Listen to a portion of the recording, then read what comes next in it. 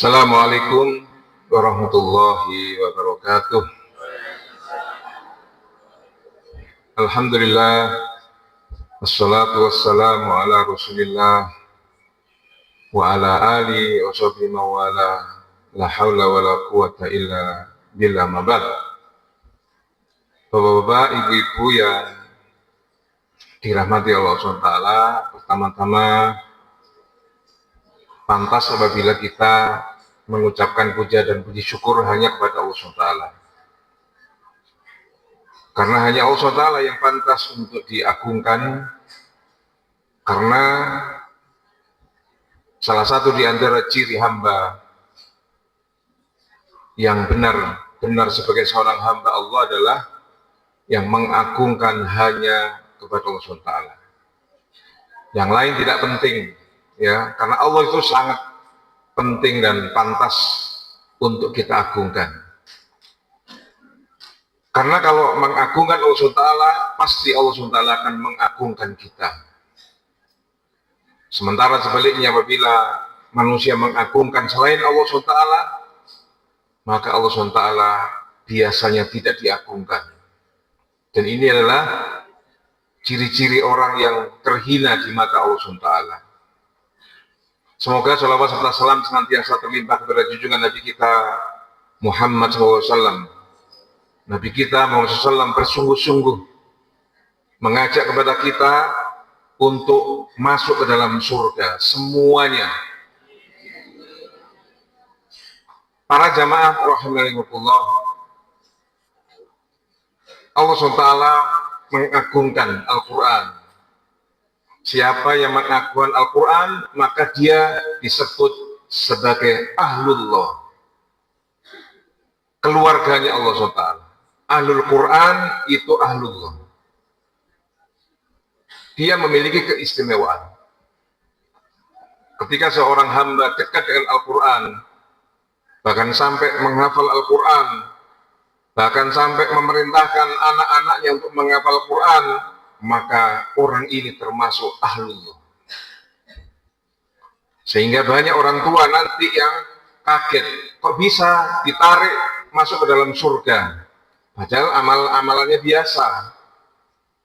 Tetapi karena anak-anaknya tadi menghafal Al-Quran, menjadi keluarga Allah SWT, maka anaknya nanti menggandeng orang tuanya, narik orang tuanya masuk ke dalam surga. Mudah-mudahan kita termasuk golongan yang ditarik oleh anak-anak kita masuk ke dalam surga.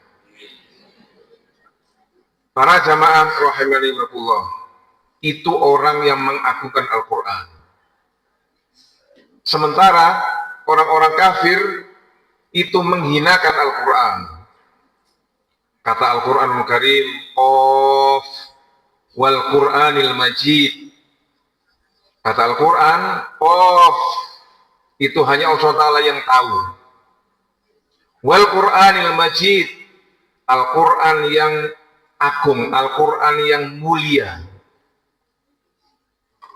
Jadi Al-Quranul Karim itu tidak ada kata-kata yang sia-sia, tidak ada kata-kata yang tidak penting, semuanya super penting dalam Al-Quran itu. Maka disebut dengan Al-Majid. Bal ajibu an ja'ahum mundhirun minhum wa qala al-kafiruna hadza syai'un ajib. Ketika disampaikan berita-berita Al-Quranul Karim, maka orang kafir ini heran, takjub. Ketika datang seorang pemberi peringatan, utusan Allah SWT untuk mengingatkan bahwa nanti akan ada hari kebangkitan, akan ada hari pertanggungjawaban. Jadi kita hidup ini ada tujuannya. Kalau orang itu memiliki tujuan, maka dia akan melakukan langkah-langkah, tahapan-tahapan untuk mencapai tujuan. Maka seorang muslim itu tujuannya surga, jelas. Maka amalan-amalan menuju surga itu yang akan dilakukan oleh seorang muslim yang tahu tujuan. Sementara orang yang tidak tahu tujuan, tidak tahu kemana dia, tujuannya nggak jelas. Karena orang mukmin itu tujuannya di alam yang sangat mulia, yakni surga. Sementara orang kafir itu tujuannya dunia. Maka mereka bertanya kepada para nabi dan rasul, "Aidza mitna wa turaban inna lama ba'utsuna khalqan jadida." Wahai Rasul, kami ini kan nanti akan mati. Jadi orang kafir itu percaya loh Pak, kalau ada mati itu. Cuman mereka punya keyakinan kalau sudah mati, ya sudah selesai. Mati, jasad kita dimakan oleh binatang tanah, tulang kita hilang, dan kemudian menjadi debu, menjadi tanah. Maka orang kafir itu mengatakan, kita ini kalau sudah mati jadi tanah, debu, nggak mungkin kita bisa dibangkitkan kembali. Nggak mungkin kita bisa hidup lagi. Fisik kita sudah hancur. Masa bisa hidup lagi? Nggak masuk akal, kata orang kafir itu. Maka mereka bersikeras bahwa setelah mati sudah tidak ada kehidupan lagi. Apa kata Al-Quran? Langsung dijawab, qad alimna ma tanqusul ardu minhum wa indana kitabun hafir. Kata Al-Quran, kami mengetahui apa saja yang masuk ke dalam bumi, dasar bumi, apapun yang masuk, aku tahu, kata Allah Ta'ala. Kemana tulangmu, kemana dagingmu, kemana jasadmu, dimakan apa, dan yang makan itu dimakan apa lagi, dan seterusnya, kami tahu, kata Allah Ta'ala. Wa indana kitabun hafiz. Kami punya catatannya itu, kami punya dokumennya, kami punya gambarnya, kemana saja tahu arahnya. Maka Al-Quranul Karim sangat detail menunjukkan, nggak hanya sekedar itu, Allah SWT mengajak berdialog kepada orang-orang kafir itu. Karena orang kafir ini keras kepala. Prinsipnya mereka pokoknya nolak disik. Urusan buri, yang penting nolak dulu. Kafir dulu yang penting. Maka Al-Quran, Allah Ta'ala lewat lisan Nabi kita Muhammad SAW dan para Rasul mengajak mereka untuk berpikir. Apa kata Al-Quran? Afalam yanduruna ilas samai kaifa banainaha wa zayyannaha wa ma laha min furuj. Nabi itu orangnya sabar. Didebat, dilecehkan, dihinakan, dituduh yang enggak, dituduh gila, dituduh kena sihir, dituduh ngawur, dituduh macam-macam Nabi dulu, tapi sabar mereka itu. Maka Nabi kita Muhammad SAW atau para Rasul langsung mengajak kepada mereka untuk berpikir. Afalam yanduru ilas sama. Coba perhatikan langit yang ada di atas itu. Karena semua manusia tahu langit itu ada di atas kita. Maka diajak berpikir, coba lihat langit itu. Bagaimana kami itu meninggikan tanpa tiang. Dan kami menghiasi langit. Di dalamnya itu ada benda-benda yang sangat besar, sangat dahsyat, sangat besar manfaatnya. Salah satu di antaranya adalah matahari. Ada enggak yang mengingkari adanya matahari? Ada? Enggak ada. Coba lihat, ada matahari. Ada sinar ini matahari. Orang kafir itu ngakui, iya matahari namanya. Oh ada bintang, ada bulan, ada meteor. Itu benda-benda sangat besar. Maka diajak, coba perhatikan kata Al-Quran Karim. Perhatikan langit yang ada di atas itu. Kaifa banainaha, bagaimana kami membangun, meninggikan. Wa zayyannaha, dan bagaimana kami menghiasi langit itu. Wa ma laha min furuj. Coba perhatikan kata Al-Quran. Di langit itu tidak ada yang retak, tidak ada yang bocor, tidak ada yang ditembel, tidak ada. Maka Al-Quran sangat detail mengajak manusia untuk berpikir. Coba perhatikan nih, ada nggak? Coba kalau langit itu bocor. Itu pertanyaan-pertanyaan yang nggak bisa dibantah oleh manusia itu. Coba kita perhatikan. Andai kata matahari itu panasnya semakin hari semakin nambah. Kira-kira jadi apa kita, Pak? Kalau panas semakin hari itu semakin matahari semakin hari semakin panas terus. Kira-kira kita jadi apa? Ya, jadi kerupuk kita. Ya, bisa dimakan itu. Jadi kerupuk atau keripik. Coba sebaliknya, kalau matahari itu semakin hari semakin redup, semakin dingin, semakin dingin, semakin dingin. Kira-kira kita jadi apa? Kristal, jadi es. Tapi Allah SWT membuat matahari stabil, konstan, istiqomah panasnya. Nah, ini menunjukkan bagaimana Al-Quran itu mengajak berpikir. Apakah mungkin langit dan benda-bendanya yang besar dan memberi manfaat besar itu ada dengan sendirinya? Gak mungkin, kata Al-Quran. Pasti ada yang menciptakan. Siapa yang ciptakan? Pasti mereka jawab Allah. Poin pertama. Poin kedua, wal ardo madatnaha wal qoina fiha rawasiya wa anbatna fiha min kulli zaujin bahij. Yang kedua, coba perhatikan kata Al-Quran, wahai orang kafir yang otaknya tidak jalan itu. Perhatikan kata Al-Quran. Bumi yang kalian injak, bumi yang kalian duduki, bagaimana kami menghamparkan dan kami tumbuhkan pohon-pohonan dan kami berikan kalian biji-bijian. Kalian bisa hidup dengan adanya bumi ini. Mungkin di Surabaya kering, udaranya panas. Tapi kalau di Magetan udaranya dingin. Kayak Madinah di musim dingin itu. Airnya jernih. Kita bisa bedakan air jernih dan air kotor. Dengan air jernih, maka tubuhnya jadi bersih. Dengan udara yang dingin, maka kulitnya menjadi bersih. Beda dengan orang Surabaya. Bendino kena panas, sampai ireng-ireng itu. Ya, dulu saya ini putih ketika masih bayi. Setelah hidup di Surabaya, panas jadi ireng. Nah, ini menunjukkan bagaimana Al-Quran itu mengajak kepada orang-orang kafir itu kembali. Akonono Allah Ta'ala itu.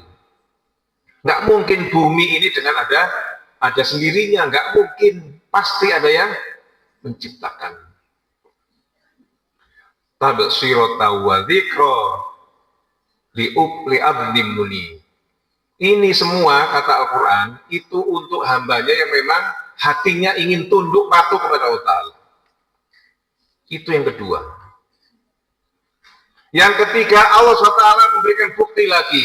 Wa nazzalna minas sama'i ma'an mubarakan. Coba perhatikan air yang turun dari langit itu, yang jatuh di bumi itu, yang dia memberikan berkah. Kalian bisa hidup dengan air itu. Coba misalnya air yang ada di gunung, yang ada di langit dihentikan, nggak turun, sumbernya berhenti. Kira-kira kita mau jadi apa? Misalnya Pak, di Magetan ini, airnya mandek 1 jam. Ribut nggak sama Magetan? Pasti ribut. Gara-gara air mandek. Ini diajak kita berpikir oleh Al-Quran, agar kita ini memikirkan. Langit yang besar tadi, langit yang punya manfaat besar tadi itu diciptakan Allah SWT dengan sangat mudah. Benda yang sangat besar itu mudah bagi Allah Ta'ala. Apalagi kalian Kalian kecil, tapi nantang kepada Allah Ta'ala. Nggak mau menyembah sujud hanya kepada Allah Ta'ala. Nggak mau orang-orang kafir itu. Nah, ini adalah peringatan untuk orang kafir, sekaligus pelajaran penting bagi kita seorang Muslim. Jadi kita sebagai seorang Muslim semakin yakin bahwa Allah itu ada. Bahwa kehidupan sesudah mati itu pasti ada. Dan itu akan dimintai pertanggungjawaban. Kenapa orang-orang kafir itu nggak mau percaya pada hari kebangkitan? Karena mereka nggak mau aturan, nggak mau diatur mereka. Dilarang korupsi, dilarang membunuh, ya, dilarang menipu, dilarang menindas, dilarang bujui, dilarang bohongi. Itu semua aturan. Orang kafir nggak mau. Maka ketika dikasih aturan-aturan itu mereka senantiasa menolak. Berbeda dengan orang mukmin. Orang mukmin itu dia senantiasa ketika mendengar ayat-ayat Allah Ta'ala mereka tunduk, sami'na wa ata'na. Inna fi dzalika ladzikra liman kana qalbun au alqas sam'a wa huwa syahid. Jadi peringatan langit, adanya bumi, adanya air, itu menunjukkan bagi orang-orang yang mau berpikir. Maka orang kalau mau berpikir itu, maka dia iya. Langit ada dengan sendirinya, nggak mungkin. Atau bumi atau matahari memiliki manfaat, sehingga disembah oleh kaum Saba. Ratu Bilqis itu menyembah matahari itu. Karena matahari dianggap memiliki manfaat yang sangat besar, disembah sama mereka. Maka Allah SWT menegur dengan mengirim burung hudhud untuk disampaikan kepada Sulaiman, didakwai. Sehingga pada akhirnya Ratu Bilqis dan rakyatnya makmur, lebih makmur lagi karena mereka bertauhid, menyembah hanya kepada Allah Ta'ala.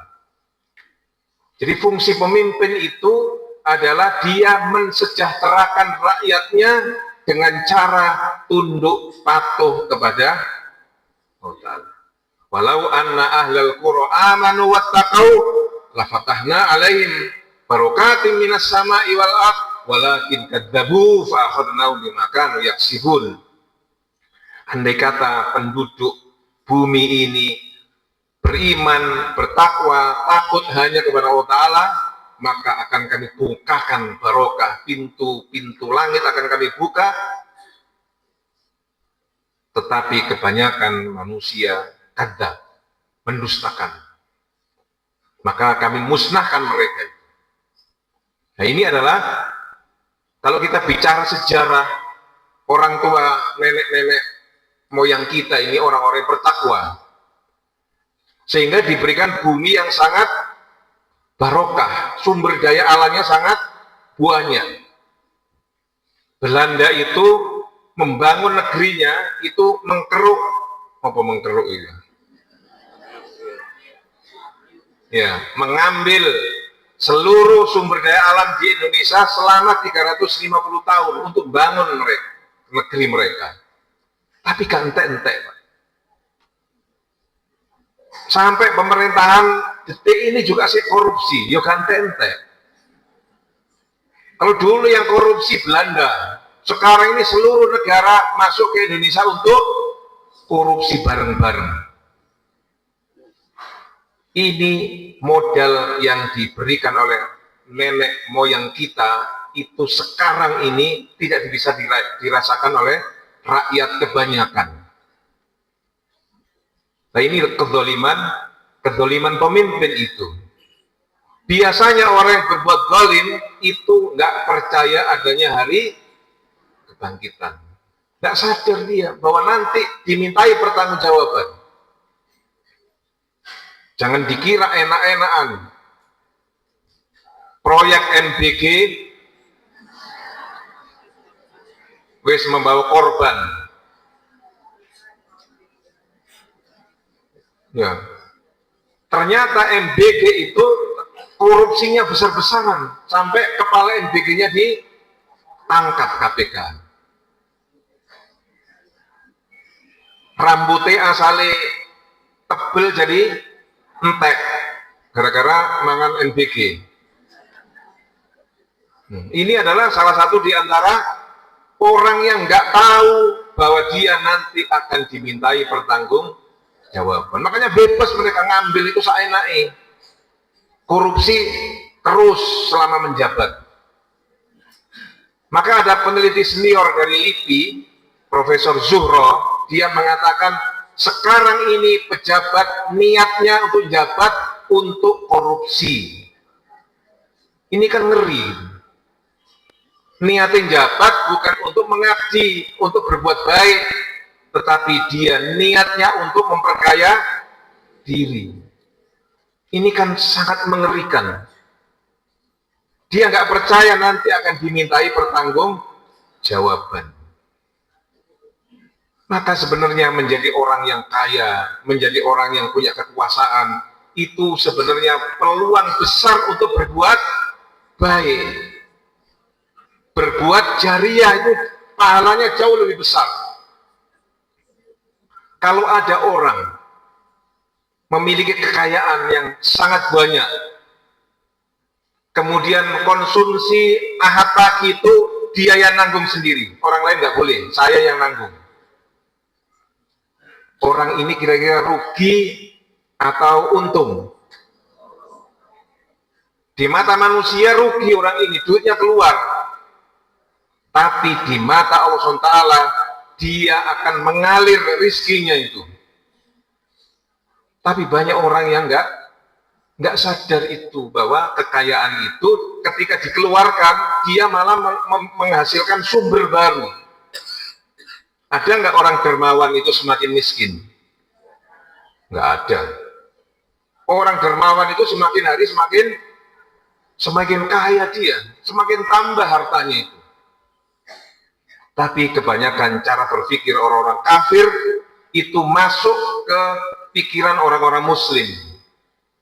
Coba bapak-bapak tanya, kira-kira yang jabat di negeri ini itu orang muslim apa enggak?